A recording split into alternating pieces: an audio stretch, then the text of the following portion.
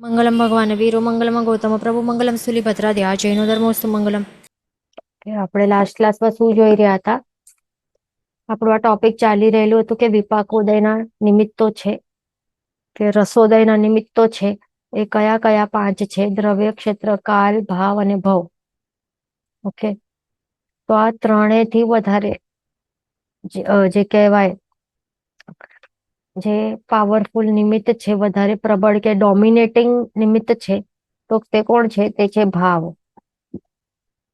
તે આપણે લાસ્ટ ક્લાસમાં ભણ્યું હતું. હવે આગળ આપણને ચાલવાનું છે. 5મું નિમિત્ત છે ભવ. તો આ ભવ જે છે ને, એનું ડોમિનેટિંગ પાવર કેટલું છે? આ ચારે ચાર કરતા વધારે પ્રબળ, અત્યંત પ્રબળ કહેવાય છે આ ભવ, આ નિમિત્ત. ચારેથી સૌથી વધારે, અત્યંત પ્રબળ અને બહુ વધારે ડોમિનેટિંગ નિમિત્ત છે આ ભવ. એ ખાસ ધ્યાન રાખવાનું.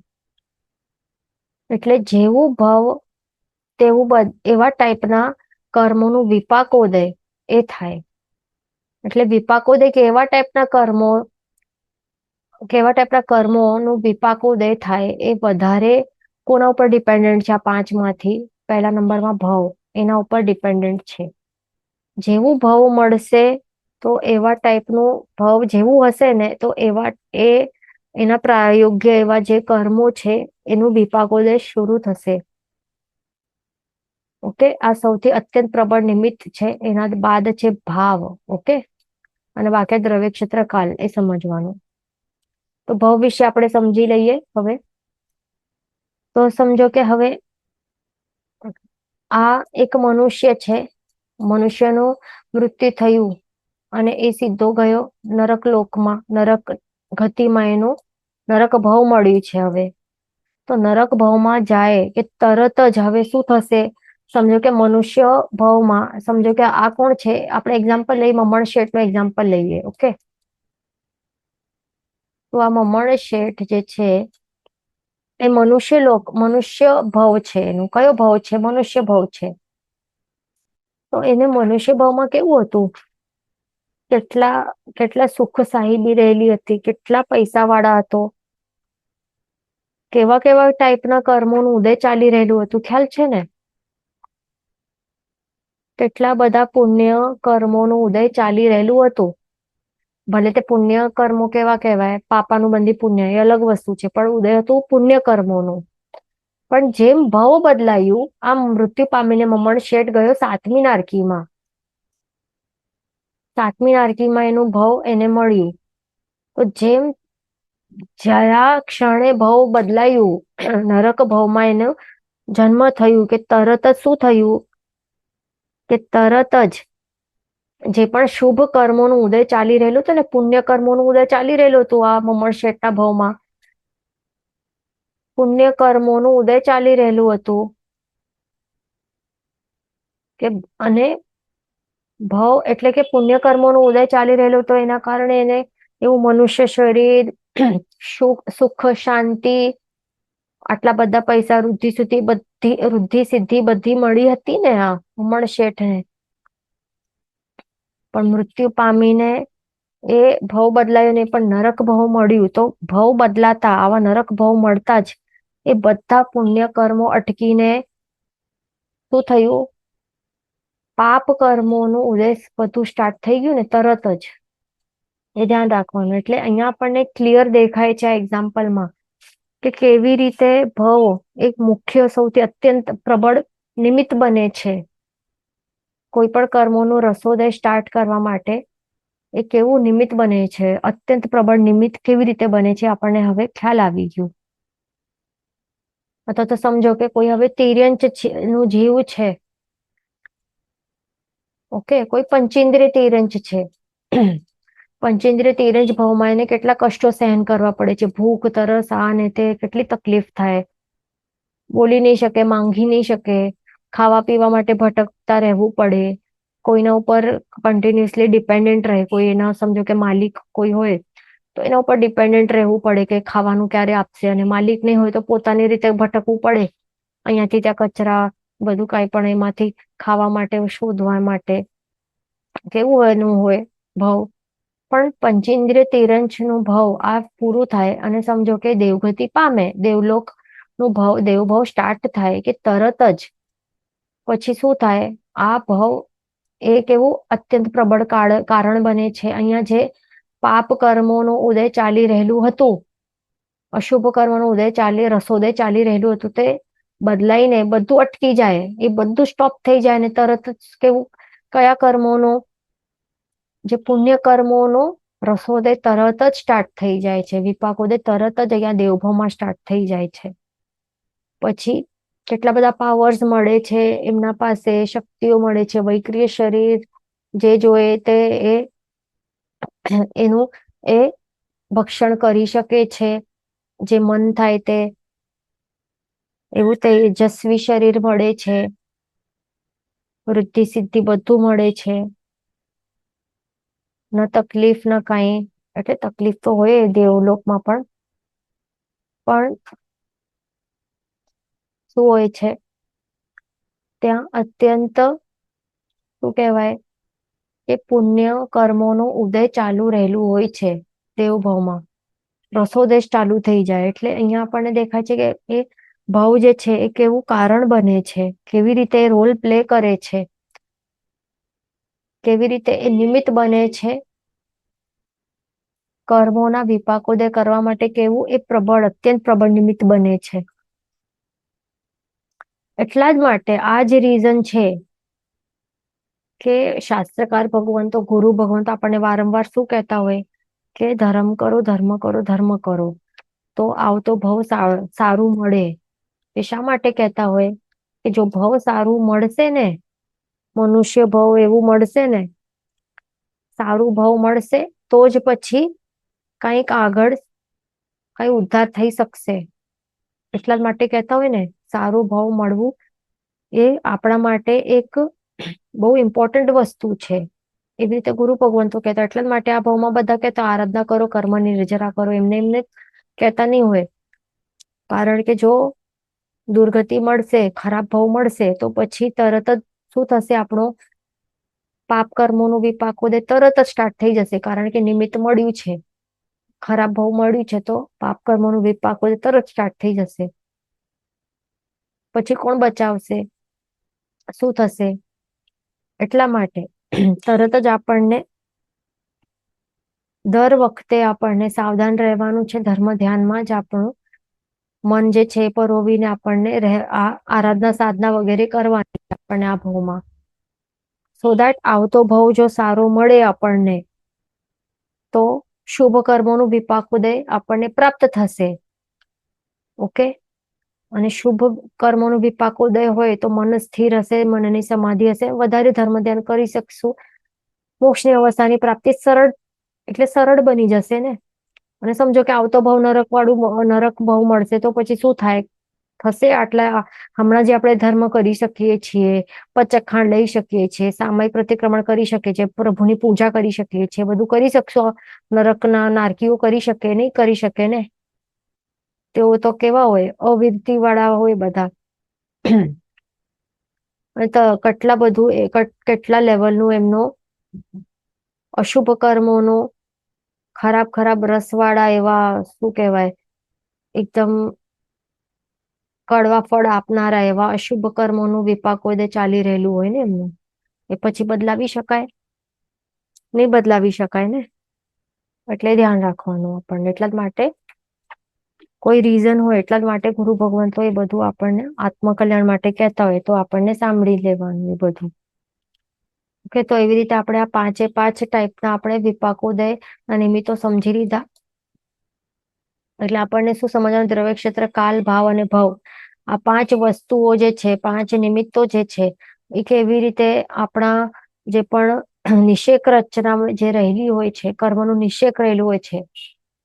અહીંયા આપણને દેખાય છે કર્મનો નિષેક. આ કર્મનો નિષેક છે, એમાં બધા ટાઈપના કર્મો રહેલા હોય. કારણ કે આપણે અનાદિ કાળથી કેટલા બધા કર્મો આપણે બાંધતા હોઈએ, કર્મના જથ્થાઓ પડેલા છે. તો નિષેક રચના જે ચાલી રહેલી છે, ઉદય આવલિકા ચાલી રહેલી છે, એમાં એમ નહીં સમજવાનું કે માત્ર શુભ કર્મો જ ઉદયમાં હશે, એવું નહીં હોય. અશુભ કર્મો પણ સાથે સાથે રહેલા હોય. બધાના એ બંને ટાઈપના સાથે જ રહેલા હોય. પણ ઉદય કોનું થાય તો તે કોના ઉપર ડિપેન્ડન્ટ છે? તો જે આપણે ભણ્યું 5 નિમિત્તો એના ઉપર ડિપેન્ડન્ટ છે. એમાં તો સૌથી મેઇન છે ભવ. કેવું ભવ છે? ખરાબ ભવ મળશે તો અશુભ કર્મોનું અહીંયા આ સ્ટાર્ટ થઈ જશે, વિપાકોદય સ્ટાર્ટ થઈ જશે. અને શુભ કર્મોનું ત્યારે શું કહેવાય? પ્રદેશોદય. તો તે સ્ટાર્ટ થઈ જશે અહીંયા. એટલે ભોગવાશે તો બંને જ ભોગવાશે, એ ખાસ ધ્યાન રાખવાનું. ઓકે. અને પછી ભવ છે, પછી નેક્સ્ટ છે ભાવ. ભાવ કેવા છે? અશુભ ભાવો ચાલી રહેલા હશે તો શું થશે? જે અશુભ કર્મોનો વિપાકોદય સ્ટાર્ટ થશે. શુભ ભાવ રહેલા હશે, શુભ અધ્યવસાય શુદ્ધ અધ્યવસાયો, તો પછી શું થશે? આ શુભ કર્મોનો રસોદય સ્ટાર્ટ થશે અને અશુભ કર્મોનો પ્રદેશોદય સ્ટાર્ટ થશે. અને દ્રવ્ય ક્ષેત્ર કાલ, આ 3 વસ્તુઓની વાત કરીએ તો જેવું કાળ ચાલી રહેલું હોય તો એ કાળના અનુરૂપે એવા એવા ટાઈપનું કર્મ એ ઉદયમાં પછી એનું ઉદય એટલે કે જે રસોદય થાય. ઓકે, ધ્યાન રાખવાનું. સમજો કે વૃદ્ધાવસ્થા વાળું કાળ રહેલું હોય તો પછી શું હોય? જે પણ હવે વધારે ત્યાં એવું હોઈ શકે કે અશાતા ટાઈપનું કર્મો, અશાતા વેદનું કર્મ ઉદય હોઈ શકે છે. ઓકે, રસોદય હોય, અશાતા વેદનું રસોદય હોઈ શકે છે. પણ સમજો કે એ પણ નહીં હોય. વૃદ્ધાવસ્થામાં આપણે જોઈ છે કેટલા બધા બહુ સ્ટ્રોંગ ને સરસ સારું સ્વાસ્થ્ય સારું હોય. ઓકે, તો હવે એમને સમજો કે દ્રવ્ય એવા એ લેતા હોય, સારા દ્રવ્ય, ન્યુટ્રિશિયસ ડાયટ હોય, સારું ભક્ષ્ય ખાવાનું હોય, ટાઈમ ઉપર ખાવાનું હોય, બધું સારા સારા દ્રવ્ય મળતા રહે જે પણ છે. ઓકે, અથવા તો પૂર્વના ટાઈમમાં કોઈ એવા, એટલે એવી રીતે હોય છે કે એમને સારા સારા દ્રવ્ય એવા એ યુઝ કરતા હોય, મેડિસિન્સ પણ લેતા હોય ટાઈમ ઉપર, તો એ દ્રવ્યના કારણે પછી જે શાતાવેદનીય છે એનું રસોદય એ ચાલતું હોય. ઓકે, હવે એ બીપી વાળા મેડિસિન વાળા હોય ને, કે સમજો કે બીપી ની મેડિસિન નહીં વાપરે તો પછી શું થાય? બ્લડ પ્રેશર હાઈ થાય, તકલીફ થાય, હેડેક થાય, કે જે પણ પ્રોબ્લેમ થતું હશે તો એ બધું થાય. એટલે આ દ્રવ્ય નહીં આપે. ઓકે, તો એના કારણે જે નિષેક રચનામાં તો બંને છે. આપણે પહેલા જ કહ્યું કે બધા ટાઈપના કર્મો એ પણ શુભ અને અશુભ, બધા ટાઈપના શુભ અને અશુભ બંને બેઠેલા જ હોય છે. નિષેક છે ને, કર્મના નિષેકમાં બધા બેઠેલા હોય. સમજો કે આપણે બીપી ની ગોળી નહીં વાપરે એ જીવ, તો એ પછી એવું થઈ શકે છે કે અશાતા વેદનીયનો રસોદય ચાલુ થઈ જાય. પણ સમજો કે આ બીપી ની ગોળી એ વાપરે છે હવે જીવ. ઓકે, એ મેડિસિન વાપરે છે એટલે એ દ્રવ્ય આપે છે. એ દ્રવ્ય આ નિમિત્ત બને છે, શાતાવેદનીય કર્મના રસોદયમાં નિમિત્ત બને છે. એટલે કે પછી એને તકલીફ નહીં થાય ને શાતાની અનુભૂતિ થાય, તકલીફ નહીં થાય, કારણ કે એ આવું મેડિસિન વાપરે છે. સમજ્યા ને? તાવ થાય, પેરાસિટામોલ કે એવી કોઈ મેડિસિન વાપરે છે તો પછી ત્યારે અશાતા વેદનીયનું હવે તાવ થયું છે, ઓકે, એ જીવને, તો અશાતા વેદનું રસોદય ચાલુ છે પણ એને દ્રવ્ય આપ્યું, મેડિસિનનું, દવાઈ કે ઇન્જેક્શન જે પણ છે એ લીધી, તો એ દ્રવ્ય નિમિત્ત બને છે, શાતા વેદનીયના ઉદયનું નિમિત્ત બનશે, શાતાની અનુભૂતિ થશે, શાતા વેદનું રસોદય સ્ટાર્ટ થશે, અશાતાનું પ્રદેશોદય સ્ટાર્ટ થઈ જશે. એટલે અશાતા વેદની પણ નિષેકમાં બેઠેલો જ છે ને. તકલીફ જે આપે છે અશાતા વેદની પણ બેઠેલો છે, પણ ભોગવાશે. પણ એ કેવી રીતે ભોગવાશે? પ્રદેશોદયથી ભોગવાશે. પ્રદેશોદયથી ભોગવવું એટલે સમજ્યા ને કે ઇટ વિલ ટ્રાન્સફર ઇન્ટુ શાતાવેદનીય કર્મ અને સુખની અનુભૂતિ આપશે, એટલે કે શાતાની અનુભૂતિ આપશે જીવને. ઓકે, ધ્યાન રાખવાનું. તો એવી રીતે હોય છે. સમજો કે હવે ક્ષેત્ર છે, બહાર ગરમીમાં આપણે ઊભા છીએ તો આપણને અશાતા વેદનેનો રસોદય સ્ટાર્ટ થયું છે આપણો, તરત એસીમાં આવી ગયા તો પછી શું આપણે દ્રવ્ય આપ્યું, એના કારણે શાતા વેદનેનું રસોદય અહીંયા આપણે એ સ્ટાર્ટ થઈ જશે, પણ ભોગવાશે બંને. હવે કયો કર્મ કઈ રીતે ભોગવાય છે તો એ આ 5 નિમિત્તો પર ડિપેન્ડન્ટ છે. તો આટલું આપણને બધાને ખ્યાલ આવી ગયો હશે. ઓકે, આ ટોપિક. હવે આપણને આગળ ચાલવાનું છે. નેક્સ્ટ ટોપિક શું છે? અનાદિ કાળથી મિથ્યા દૃષ્ટિ જીવ, અનાદિકાળથી મિથ્યા દૃષ્ટિ જીવને ધ્રુવોદયી કર્મ પ્રકૃતિઓ કઈ કઈ છે તો તે આપણને જોવાનું છે. અનાદિ મિથ્યા દૃષ્ટિ જીવ એટલે કયા જીવ હોય તે પેલા સમજી લઈએ. એટલે અનાદિ એટલે કે અનાદિકાળ એટલે જે સ્ટાર્ટિંગ થી જ નથી, એટલે સ્ટાર્ટિંગ થી જ જે સ્ટાર્ટિંગ થી જ મિથ્યા દૃષ્ટિ જે અવસ્થા કે પહેલા ગુણ સ્થાનકમાં રહેલા છે એવા ટાઈપના જીવ. કેવા? જે અનાદિકાળથી મિથ્યા દૃષ્ટિ લેવલમાં જ પડેલા છે, પહેલા ગુણ સ્થાનક ઉપર જ રહેલા છે, એનાથી ઉપર કોઈ પણ ગુણ સ્થાનક ઉપર એ ચડ્યા જ નથી. સમ્યક દર્શન ગુણ કે બીજો કયો ગુણ કહેવાય, દેશવીરતી ગુણ કે કયો પણ ગુણ એમણે પ્રાપ્ત નથી કર્યું, એવા ટાઈપના પહેલા જ ગુણ સ્થાનક ઉપર બેઠેલા જે જીવો હોય છે ને, તો એને કહેવાય છે, શું કહેવાય? અનાદિ મિથ્યા દૃષ્ટિ જીવ. તો હવે એમને ધ્રુવોદયી કર્મ પ્રકૃતિઓ. હવે ધ્રુવોદય એ શબ્દનું મિનિંગ શું થાય છે તે સમજી લઈએ. ધ્રુવોદયી એટલે કે ધ્રુવ એટલે કે શું? આ શબ્દ છે ને, ધ્રુવ એટલે સ્થિર. ધ્રુવ શબ્દનું મિનિંગ થાય છે કે સ્થિર રહેવું. ઓકે, સ્થિર એટલે કે કોન્સ્ટન્ટ, અથવા તો એમ પણ કહી શકાય કોન્સ્ટન્ટ ને શું કહેવાય? સતત કન્ટિન્યુઅસલી જે રહેલું હોય એને ધ્રુવ કહેવાય કે સ્થિર કહેવાય. ઓકે, તો ધ્રુવોદયી એટલે કે ધ્રુવ પ્લસ ઉદયી એટલે એનું મિનિંગ શું થાય? જે સતત ઉદયમાં રહેનારા જે કર્મ પ્રકૃતિઓ હોય છે તે કઈ છે?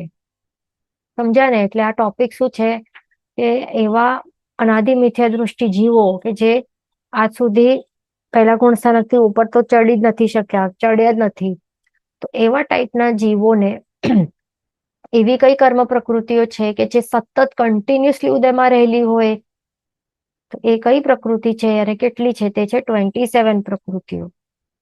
અને આ બધા 27 પ્રકૃતિઓ છે. કઈ છે? જ્ઞાનાવર્ણ્યાદિ 5. ઓકે, તો 5 જ્ઞાનાવર્ણ્ય કર્મ, દર્શનાવર્ણ્ય કર્મની 4. તો એ 4 છે એટલે શું સમજવાનું કે ટોટલ દર્શનાવર્ણ્ય કેટલા હોય છે? 9 પ્રકૃતિઓ હોય, પણ હવે અહીંયા 4 હોય તો શું સમજવાનું કે અહીંયા નિદ્રા 5 નિદ્રાઓ નથી. ઓકે, 5 નિદ્રાઓ નથી. દર્શનાવર્ણ્ય 4 છે. એટલે કઈ કઈ છે? ચક્ષુ દર્શનાવર્ણ્ય, અચક્ષુ દર્શનાવર્ણ્ય, અવધિ દર્શનાવર્ણ્ય અને કેવલ દર્શનાવર્ણ્ય કર્મ. ઓકે, પછી છે અંતરાય કર્મની 5 પ્રકૃતિઓ અને મિથ્યાત્વની 1 છે. એક એટલે કઈ સમજવાની? મિથ્યાત્વ મોહનીય કર્મ, તે સમજવાનું. ઓકે, પછી આ બધા નામ કર્મનું છે અહીંયા. નિર્માણ નામ કર્મ, અઘરુ લઘુ નામ કર્મ, સ્થિર નામ કર્મ, અસ્થિર નામ કર્મ, શુભ નામ કર્મ, અશુભ નામ કર્મ, તૈજસ શરીર નામ કર્મ, કાર્મણ શરીર નામ કર્મ અને વર્ણાદિ ચતુષ્ક વર્ણ ગંધ રસ સ્પર્શ નામ કર્મ. આ મળીને કેટલી થાય છે? 12 પ્રકૃતિઓ. આ નામ કર્મની પ્રકૃતિઓ છે. એટલે જ્ઞાનાવર્ણ્ય 5 દર્શનાવર્ણ્ય 4, અંતરાય 5, એક મિથ્યાત્વના મોહનીય. ઓકે, આ મોહનીય કર્મની પ્રકૃતિ 1 અને નામ કર્મની 12, એટલે ટોટલ મળીને 27 પ્રકૃતિઓ. તો આ બધી જે પ્રકૃતિઓ છે ને, એ બધી પ્રકૃતિઓ તો એક એક સમયે ક્રમશઃ એક એક નિષેકનું કર્મદલિક વિપાકોદયથી ભોગવીને નાશ કરી રહ્યો હોય છે આ અનાદિ મિથ્યા દૃષ્ટિ જીવ. ધ્યાન રાખવાનું. એટલે કે શું હોય છે એમાં? કે આ જે 27 પ્રકૃતિઓ છે ને, તો આ બધી કેવી કહેવાય છે? ધ્રુવોદય, એટલે કે સતત ઉદયમાં ચાલી રહેલી હોય છે. એટલે કે ક્યાર સુધી, હવે આપણને લાગશે કે ક્યાર સુધી ઉદયમાં ચાલતી રહેલી હશે, તો ઉદયમાં ક્યાર સુધી ચાલતી હોય? તો આપણે ઉદય વિચ્છેદ આપણે ભણ્યું છે ને બધું. જ્યાર સુધી ઉદય વિચ્છેદ નહીં થાય, કર્મ પ્રકૃતિઓનું, બધી પ્રકૃતિઓને આપણે ભણ્યું છે ને કે અમુક બધી દરેક કર્મ પ્રકૃતિનો એક એક એવું અલગ અલગ ગુણ સ્થાનકે, અમુક અમુક ગુણ સ્થાનકે એમનું ઉદય વિચ્છેદ થાય છે, રાઈટ? તો જ્યાર સુધી ઉદય વિચ્છેદ નહીં થાય, આ બધી કર્મ પ્રકૃતિનો ઉદય વિચ્છેદ નહીં થાય, ત્યાર સુધી એ કન્ટિન્યુઅસલી એમનો ઉદય ચાલતું રહેશે, ચાલતું રહેશે, ચાલતું રહેશે. અને પણ કેવી રીતે? એ બધા પોતાના જે સાચું સ્વરૂપ છે, સ્વરૂપે એમનું ઉદય ચાલતું રહેશે. કેવી રીતે? કયા રૂપે ભોગવાશે? સ્વરૂપે. એટલે સ્વરૂપે આપણે કહીએ તો શું સમજવાનું? પોતાનું જે સાચું રૂપ, સ્વરૂપે એવું શબ્દ આવે તો શું સમજવાનું? કયો ઉદય? યાદ રાખવાનું, રસોદય કે વિપાકોદય. ઓકે, એવા ટર્મિનોલોજી આવે તો એ બધું સમજવું પડશે આપણને. ઓકે, ધ્યાન રાખવાનું. જ્યારે પણ આ શબ્દ આવે કે કોઈ કર્મ પોતાના સ્વરૂપે ભોગવાઈ રહ્યો છે, તો એનું મિનિંગ શું સમજવાનું? કે એ રસોદય છે કે એનો, અથવા તો વિપાકોદય છે, એટલે પોતાનું જે સાચો ફળ છે એ ભોગવાઈ રહ્યો, એની અનુભૂતિ કરાવે છે, તો એને એ સમજવાનું. ઓકે, તો આ બધી પ્રકૃતિઓ નું રસોદય એ સતત ચાલુ રહેલું હોય. ક્યાર સુધી?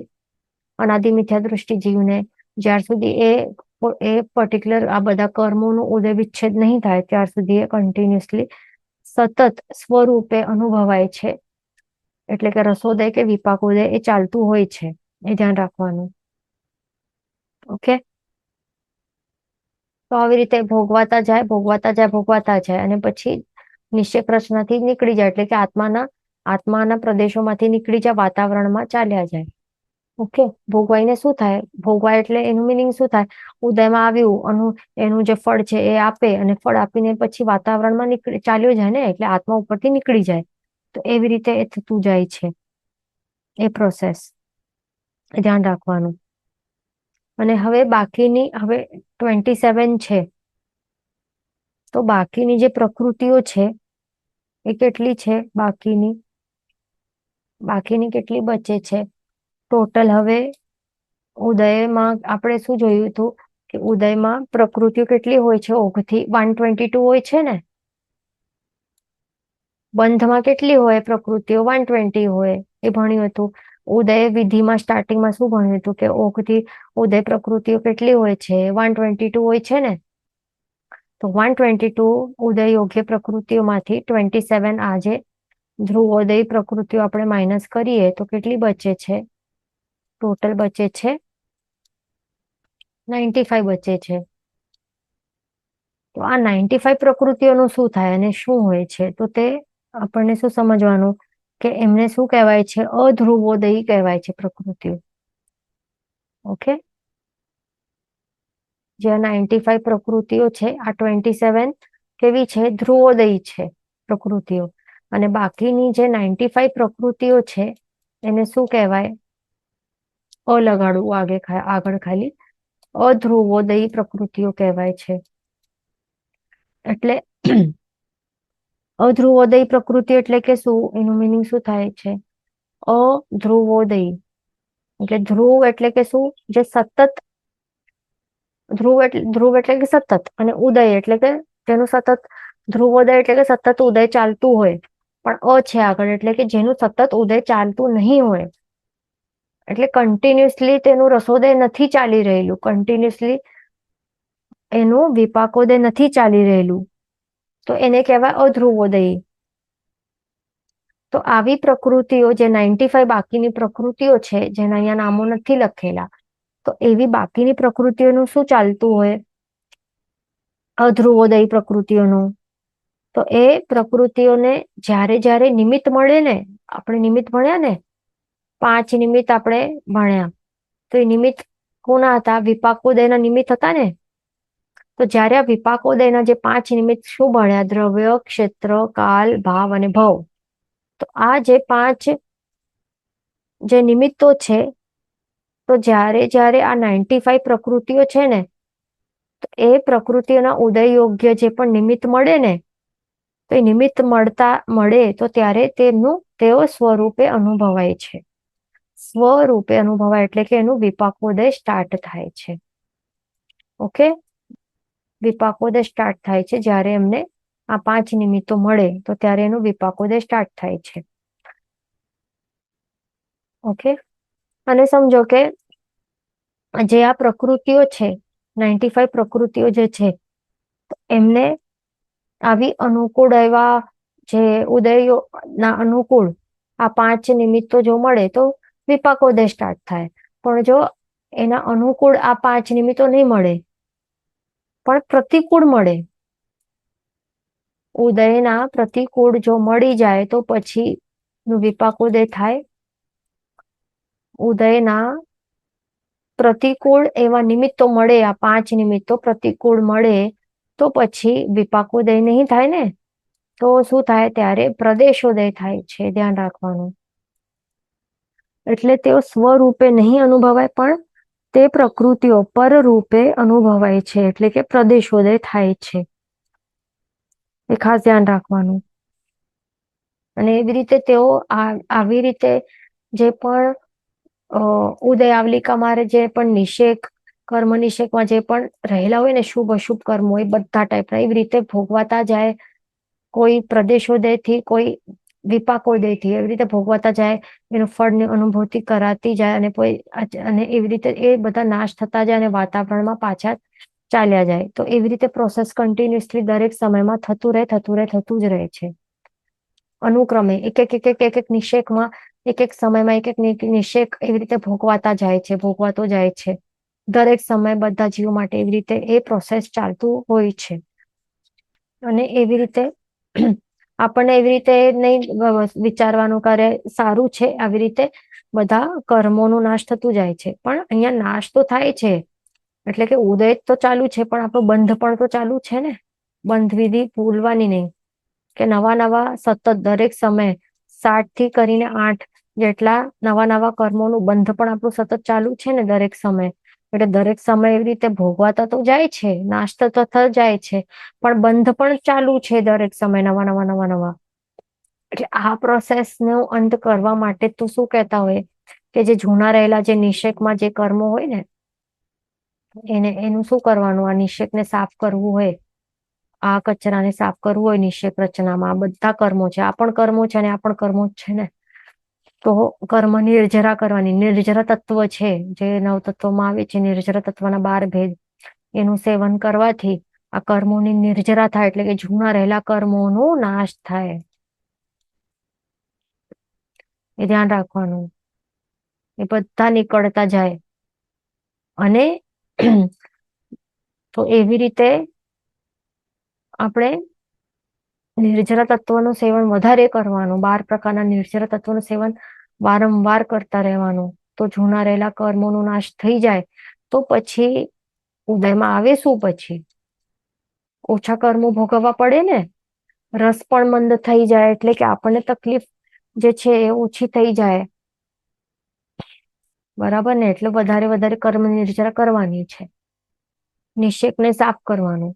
અને બીજું વસ્તુ શું કહેતા હોય છે? સંવર તત્વ પણ આપણને આપ્યું છે. તો નિર્જરા તો આપવી છે આ ટેકનિક જૂના રહેલા કર્મોને સાફ કરવા માટે, પણ સંવર તત્વ પણ ઇમ્પોર્ટન્ટ અહીં આપેલું છે આપણને. પ્રભુએ બતાડ્યું છે, સંવર તત્વના ભેદો બતાડ્યા છે 57.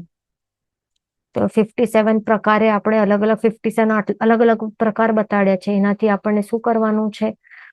દરેક સમયે જે બંધ થાય છે ને, નવા એક સમય નવા કર્મો બંધ થતા જાય છે, એડ થતા જાય છે.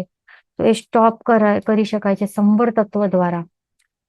તો એટલે આટલા માટે સંવર અને નિર્જરા બંને બેસ્ટ છે ટેકનિક્સ. જૂના રહેલા કર્મો અને નિષેકને સાફ કરવા માટે નિર્જરા બેસ્ટ છે, અને નવા કર્મોનું બંધને અટકાવવા માટે આ સંવર તત્વ બેસ્ટ છે. એટલે નવા કર્મોને પણ નહીં બાંધવા, અને જૂના કર્મોને પણ જલ્દીથી સાફ કરી દેવા, તો પછી મોક્ષની અવસ્થાની પ્રાપ્તિ થઈ શકશે. તો એ જ આપણું બધાનું એક જ ગોલ રહેવું જોઈએ, ધ્યાન રાખવાનું. ઓકે.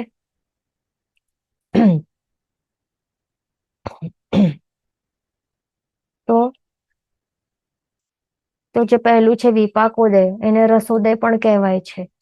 તો વિપાકોદય એટલે શું? કે યાદ રાખવાનું, સ્વરૂપે અનુભૂતિ અનુભવાય છે. સ્વરૂપે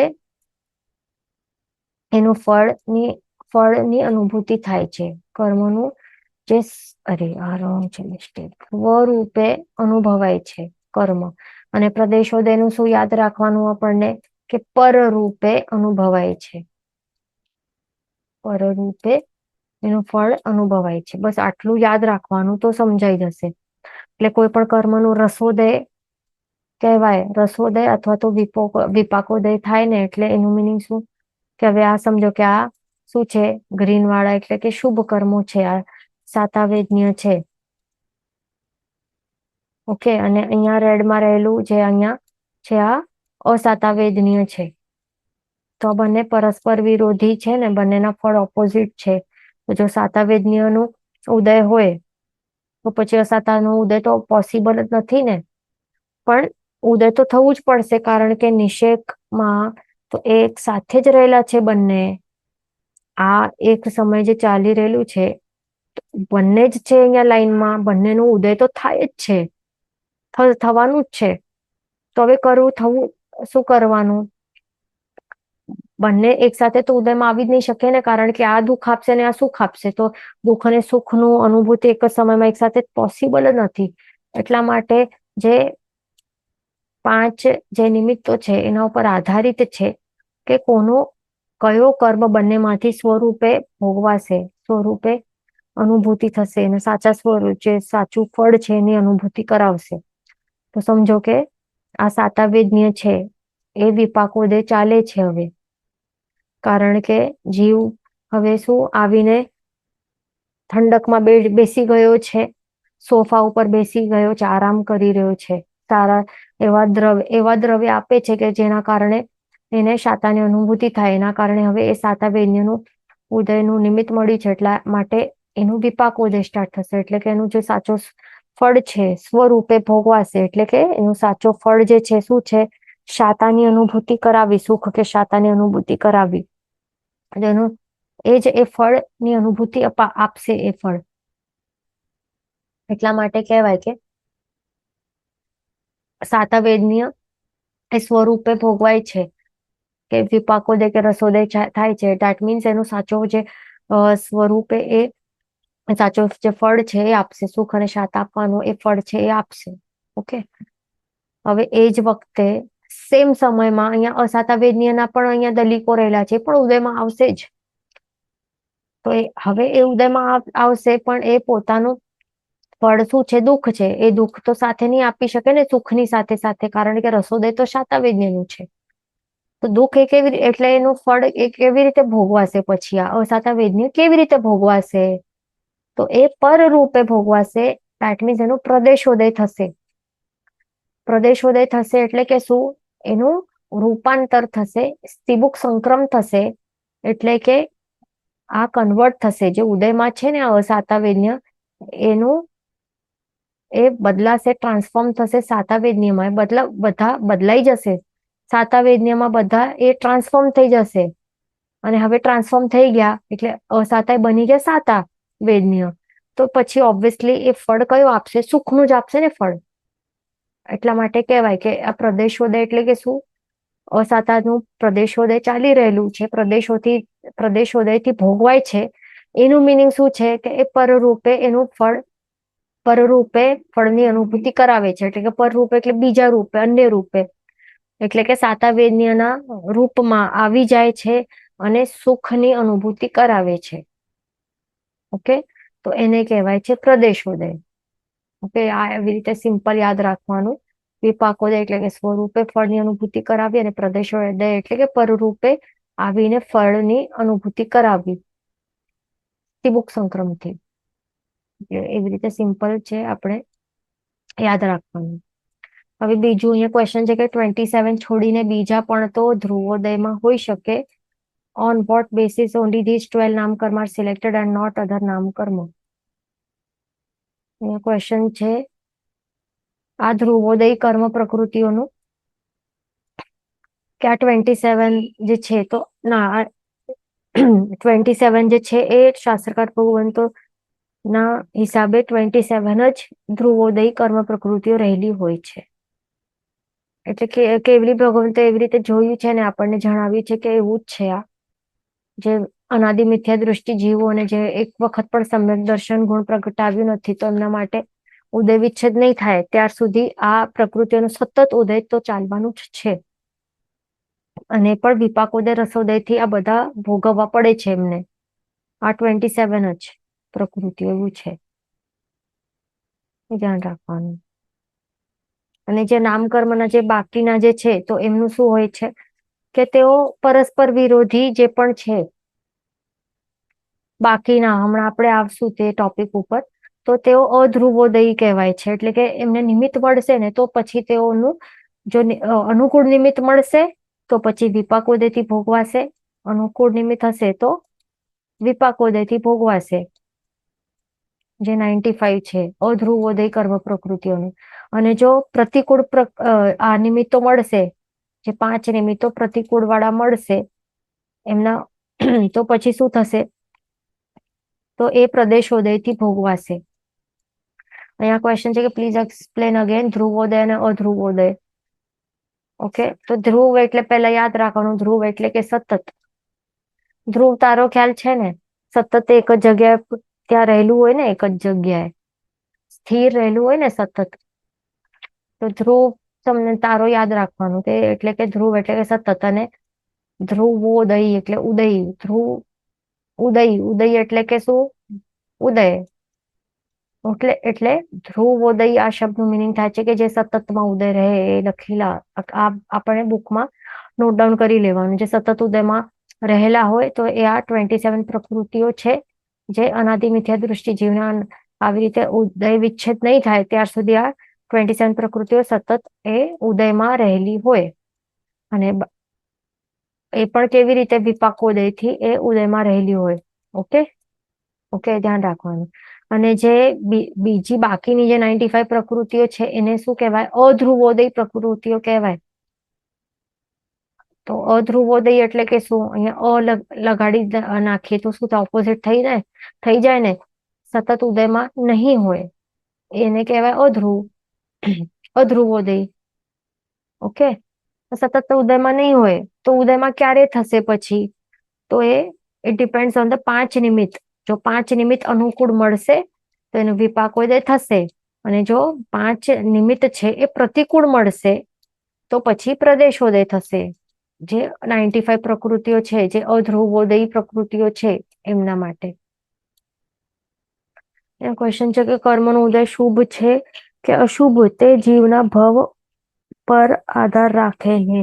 તો સૌથી પહેલું આધાર રાખે છે ભવ ઉપર, બીજો આધાર રાખે ભાવ ઉપર. ઓકે, અને ત્રીજા નંબરમાં જે પણ દ્રવ્ય ક્ષેત્ર કે કાળ હોય તો એના ઉપર આધાર રાખે છે. એ નિમિત્તો વર્ક કરે છે. પણ સૌથી પ્રબળ નિમિત્ત છે, સૌથી અત્યંત પ્રબળ નિમિત્ત છે ભવ. એના બાદ છે ભાવ અને એના બાદ દ્રવ્ય ક્ષેત્ર અને કાળ.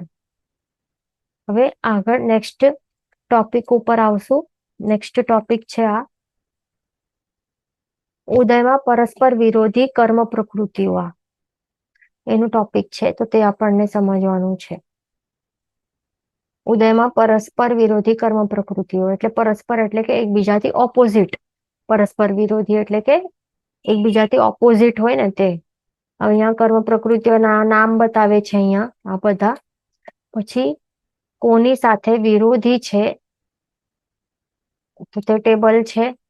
પછી કર્મ પ્રકૃતિઓના નામ અને કોની સાથે વિરોધી તે કન્ટિન્યુએશન છે. ઓકે, તો હવે સૌથી પહેલું આપણે સ્ટાર્ટ કરશું. પહેલી કર્મ પ્રકૃતિઓ 5 છે. નિદ્રા 5. આ દર્શનાવર્ણ્ય કર્મની 5 નિદ્રાઓ છે. તો એ કોને સાથે વિરોધી છે? આ તો પરસ્પર ઇન્ટરનલી એકબીજા સાથે વિરોધી છે. એટલે એનું મિનિંગ શું છે પરસ્પર વિરોધીનું મીનિંગ કે સમજો કે અહીંયા 5 પ્રકૃતિઓ છે નિદ્રાની. કઈ કઈ છે? એક તો છે નિદ્રા, પછી નિદ્રા નિદ્રા, ઓકે, પછી કઈ છે? પ્રચલા છે, પછી પ્રચલા પ્રચલા અને સ્ત્યનદ્ધિ. ઓકે, આ 5 ટાઈપની નિદ્રાઓ છે દર્શનાવર્ણ્ય કર્મની. તો તે કોની સાથે વિરોધી છે? તો તે પરસ્પર ઇન્ટરનલી જ વિરોધી છે એકબીજા સાથે. એનું મિનિંગ શું થાય છે કે હવે સમજો કે નિદ્રા, આ દર્શનાવર્ણ્ય કર્મ કયો? આ નિદ્રા દર્શનાવર્ણ્ય કર્મ, તેનું ઉદય ચાલી રહેલું છે. તો પછી એ વખતે શું થશે? બીજી કોઈ પણ 4 જે પરસ્પર વિરોધી નિદ્રાઓ છે ને, તો એનું રસોદય નહીં ચાલી રહેલું હોય. ઓકે, શું કે વિપાકોદય, સમજો કે આ નિદ્રાનું ચાલી રહેલું છે વિપાકોદય, આ નિદ્રા દર્શનાવર્ણની પ્રકૃતિનું ચાલી રહેલું છે. તો એ સેમ સમયે આ બાકીની 4 પ્રકૃતિઓનું વિપાકોદય નહીં હોય. ઓકે, એ ધ્યાન રાખવાનું. એટલા જ માટે આ કર્મો એ ધ્રુવોદયી કર્મ નહીં કહેવાય. જો જે પણ 27 નામો આપણે જોયા, તો એ હતું આ નિદ્રા 5 ની હતો ને, એમાં જે 27 પ્રકૃતિ અહીંયા જોઈ, યાદ છે? અહીંયા દેખાય છે ને, અહીંયા ધ્રુવોદય કર્મ પ્રકૃતિઓ દેખાય છે અહીંયા. તો અહીંયા દેખાય છે દર્શનાવર્ણ્ય 4 જ છે. અહીંયા 5 નિદ્રાઓ લખેલી નથી ને, રાઈટ? તો જે આ 5 નિદ્રાઓ એ કેવી કહેવાય? અધ્રુવોદયી કહેવાય છે. અધ્રુવોદય પ્રકૃતિઓ કહેવાય છે, કારણ કે તેઓ કન્ટિન્યુઅસલી સતત ઉદયમાં રહે, એનું વિપાકોદય નહીં હોય. કેમ કે આ 5 માંથી કોઈનો પણ વિપાકોદય હોઈ શકે ને. જરૂરી છે કે બધે 5 નું 5 નું માંથી કોઈ એકનું જ કન્ટિન્યુઅસલી વિપાકોદય ચાલતું હોય? એવું હોય? હવે સમજો કે કોઈક, હવે ક્યારેક એવું પણ હોઈ શકે કે ક્યારે પણ એવું પણ બિલકુલ નહીં હોઈ શકે કે 5 નો ઉદય એક સાથે હોય. એવું નહીં હોય ને. અથવા તો 5 માંથી સતત એકનું જ વિપાકોદય હોય. હમણાં આપણું શું ઉદયમાં છે કન્ટિન્યુઅસલી? સ્ત્યનર્ધી કોઈનું હોય તો એ જ હોય ઉદયમાં કન્ટિન્યુઅસલી, એનું જે વિપાકોદય ચાલતું હોય. હમણાં આપણે પણ જાગી રહ્યા છે, હમણાં આપણે બધા જાગી રહ્યા છે ને, તો હમણાં આ બધી ઉદયમાં છે. બધામાંથી કોઈ પણ ઉદયમાં નથી ને. કોઈ હવે સાંભળી એટલે કે ક્લાસમાં પણ હવે કોઈ એવું બેસીને ઊંઘતો હોય તો એના માટે અલગ વાત છે. એની કોઈક નિદ્રાનું ઉદય હોઈ શકે. બેઠા બેઠા કઈ હોય ઉદય? બેઠા બેઠા ઊંઘ આવે તો એ કઈ નિદ્રા હોય? એ પ્રચલા હોય ને. બેઠા બેઠા હમણાં સમજો કે ક્લાસમાં બેઠા બેઠા ઊંઘ આવી જાય કોઈને, તો એને પ્રચલા નિદ્રાનો ઉદય હોય. પણ બીજા જે જાગીને જાગૃત અવસ્થામાં સાંભળી રહેલા છે, તો એમનું કોઈ પણ આ 5 માંથી કોઈનો પણ નિદ્રાનો ઉદય નહીં હોય. એટલા જ માટે અહીંયા દેખાય છે કે અધ્રુવોદય પ્રકૃતિ કહેવાય છે કે સતત ઉદયમાં એનું વિપાકોદય નહીં હોય, સતત વિપાકોદય ચાલતું નહીં હોય. એટલા જ માટે એમને આ પ્રકૃતિ કહેવાય. પ્લસ કોઈક એક પ્રકૃતિનું વિપાકોદય ચાલી રહેલું હોય તો બીજી જે 4 છે એમાંથી કોઈનું પણ વિપાકોદય નહીં હોય એ જ સમયે, પણ બીજાનું. ત્યારે એમ કહી શકાય કે પ્રદેશોદય ચાલી રહેલું હોય, જો તે ત્યાં રહેલા હોય નિષેકમાં. ઓકે, તો એમનું શું ચાલી રહેલું હોય? પ્રદેશોદયથી ભોગવાતા જાય, પર રૂપે ભોગવાતા જાય. એ ધ્યાન રાખવાનું. હવે નેક્સ્ટ છે શાતા અશાતા વેદનીય કર્મો. એ બંને કોના સાથે વિરોધી છે? ઇન્ટરનલી એકબીજા સાથે પરસ્પર વિરોધી છે. એટલે જો શાતાવેદનું વિપાકોદય ચાલી રહેલું હોય તો એ સેમ સમયે અશાતાનું વિપાકોદય નહીં હોઈ શકે, પણ ત્યારે પ્રદેશોદય હોય, એન્ડ વાઇસ વર્સા. ઓકે, પછી અનંતાનુબંધી વગેરે 4 ક્રોધ કષાય ચારિત્ર મોહનીય કર્મ. ઓકે, તો અનંતાનુબંધી 4 એટલે અનંતાનુબંધી, પછી અપ્રત્યાખ્યાની, પ્રત્યાખ્યાની અને સંજ્વલન. આ 4 ટાઈપના જે ક્રોધ કષાય ચારિત્ર મોહનીય કર્મો છે, તો આ ચારે ચાર એ પોતાના એકબીજા સાથે નથી, પણ બાકીના 12 સાથે વિરોધી છે. તે 12 કયા છે? તો આ 4 + 4 + 4 કેટલા થયા? 4 3 = 12. તો હવે જે 12 પ્રકૃતિઓ સાથે વિરોધી કહેવાય છે, ધ્યાન રાખવાનું. હવે એ કેવી રીતે?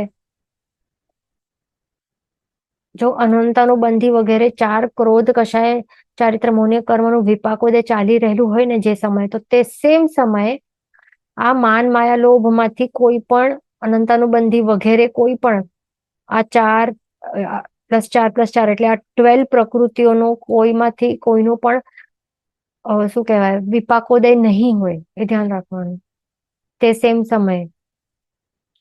તો એ જ રીતે બાકીના માટે સમજવાનું કે જો અનંતાનુબંધી વગેરે જે 4 માન છે એમાંથી કોઈનો પણ ઉદય વિપાકોદે ચાલી રહેલું હોય, તો એ સમય બાકીના જે 12 છે એ એના સાથે વિરોધી છે, તો બાકીના 12 પ્રકૃતિનું ત્યારે વિપાકોદય નહીં હોય. અને અનંતાનુબંધી વગેરે જે 4 માયા છે કશા ચારિત્ર પુણ્ય કર્મો, એમાંથી કોઈનું જો વિપાકોદય ચાલી રહેલું હોય, તો બાકીના જે 12 છે પ્રકૃતિઓનું વિપાકોદય એ સેમ સમય નહીં હોય. એવી જ રીતે લોભ માટે પણ સમજવાનું, કારણ કે એ શું છે? અધ્રુવોદયી કર્મ પ્રકૃતિઓ છે, એ ખાસ ધ્યાન રાખવાનું. પછી છે હાસ્ય અને રતિ નો કશા ચારિત્ર પુણ્ય કર્મો. તો એ બંને શું છે? શોક અને અરતિ સાથે વિરોધી છે. એટલે હાસ્ય રતિ આ બંને ઉદયમાં સાથે હોય છે, એક સાથે, એ ધ્યાન રાખવાનું. હાસ્ય અને રતિ નો કશા ચારિત્ર પુણ્ય કર્મ આ બંને જે જોડી છે એ બંને ઉદયમાં સાથે રહેલી હોય, અને એ બંને શોક અને અરતિ નો કશા ચારિત્ર પુણ્ય કર્મના વિરોધી છે. એટલા માટે શું સમજવાનું કે હાસ્યરતિ નો કશા ચારિત્ર પુણ્ય કર્મનું જયારે વિપાકોદે ચાલી રહેલું હોય ને, એ સેમ સમયે શોક અને અરતિ નો કશા ચારિત્ર પુણ્ય કર્મનું ઉદય નહીં હોય, એન્ડ વાઇસ વર્સા. અહીંયા વાઇસ વર્સા દેખાય છે કે શોક અને અરતિ નો કશા ચારિત્ર પુણ્ય કર્મનું વિપાકોદય હોય સેમ સમયે, તો એ સેમ સમયે આ બંનેનું વિપાકોદય નહીં હોય. અહીંયા ક્વેશ્ચન છે દુઃખ અને સુખનો અનુભવ પર ને. અહીંયા ક્વેશ્ચન છે કર્મનું ઉદય શુભ છે કે અશુભ, તે જીવના ભવ પર આધાર રાખે ને દુઃખ અને સુખનો અનુભવ પર ને. સુખ અને દુઃખ જે છે એ શું છે? એ અનુભૂતિ જ, એ ફળ જે કર્મ ઉદયમાં આવે ને, જેનું પણ રસોદય હોય છે, તો એનું ફળ રૂપે આપણને સુખ અથવા તો દુઃખની અનુભૂતિ થાય. એટલે સુખ અને દુઃખ એ બંને ફળ કહેવાય છે, ધ્યાન રાખવાનું. પછી સુખ જે છે, તો સુખ ઉપર આપણે રતિ કરીએ, ગમો કે અણગમો કરીએ સુખ ઉપર, કે દુઃખ ઉપર પણ આપણે ગમો કે અણગમો કરીએ, તો રતિ કે અરતિ કરીએ, તો એવા ટાઈપના એ કહેવાય સુખ. ઓકે, મોહનીય કર્મને એવી રીતે કહેવાય. પછી બીજો ક્વેશ્ચન છે કે ક્રોધના ઉદય સાથે માન પણ હોઈ શકે ને સેમફળ માયા સાથે લોભ પણ. એ સેમ સમય એક જ સમયમાં નહીં હોય, બીજા સમય હોઈ શકે. ઓકે, સમય આપણને ખ્યાલ છે ને, સમય કેટલું નાનકડું હોય છે, એક સમય કેટલું નાનું હોય છે ને. અસંખ્ય સમયો જાય તો ત્યારે એક આવલિકા કહેવાય. એક આવલિકા કેટલી અસંખ્ય સમયની કહેવાય. એટલે એક સમય સ્મોલેસ્ટ યુનિટ ઓફ ટાઈમ કહેવાય છે. તો એક સમયમાં એક જ હોય છે. ક્રોધ હોય ઉદયમાં તો ક્રોધ જ હોય, બીજી બાકીની 12 પ્રકૃતિ ઉદયમાં નહીં હોય, એટલે કે વિપાકોદય નહીં હોય. એ વખતે ક્રોધ જેનું જે વિપાક છે એ જ બતાડતો હોય છે, એનું જ સ્વરૂપે અનુભવાય છે, એનું જે ફળ છે ક્રોધનું. અને બાકી જે પણ માન માયા લોભ છે, તો એનું વિપાકોદયથી એ સ્વરૂપે નહીં ભોગવાય, ધ્યાન રાખવાનું. ઓકે, તો એ એક જ સમયમાં જે હોય તે, પછી નેક્સ્ટ બીજા સમયમાં પછી બીજું કઈ ઉદયમાં એનું વિપાકોદય હોઈ શકે છે. અહીંયા ક્વેશ્ચન છે કે આયુષ્ય તો ઓલવેઝ હોય તો અધ્રુવ કેમ? હા, તો એ આપણે નેક્સ્ટ ક્લાસમાં આપણે એ આવવાનું છે, તો ત્યારે આપણે ડિસ્કશન કરશું. એમ સમજી લેવાનું કે આયુષ્યના ચાર છે, ચાર પ્રકૃતિઓ છે તે પરસ્પર વિરોધી છે. તો અનંતકાળ માટે કોઈ પણ એવી રીતે અનાદિ અનંતકાળ માટે કોઈ તિર્યંચ જ નથી રહેવાનું, એ ચેન્જ થવાનું છે. કોઈ મનુષ્ય જ નથી બનીને રહેવાનું, એ ચેન્જ થવાનું છે. તો એવી રીતે અહીંયા આયુષ્ય જે છે, તો એક હોય તો બીજો નહીં હોય, વિપાકોદય. તો એ પર્સપેક્ટિવ થી અહીંયા બતાવ્યું છે. એમ આપણે નેક્સ્ટ ક્લાસમાં આપણે લઈ લઈશું. જીન વચન વિરુદ્ધ બોલાય તો મિચ્છામિ દુક્કડમ સર્વ મંગળ માંગલ્યમ સર્વ કલ્યાણ કારણમ પ્રધાનમ સર્વ ધર્માણમ જયમ જયતિ શાસનમ પ્રણામ.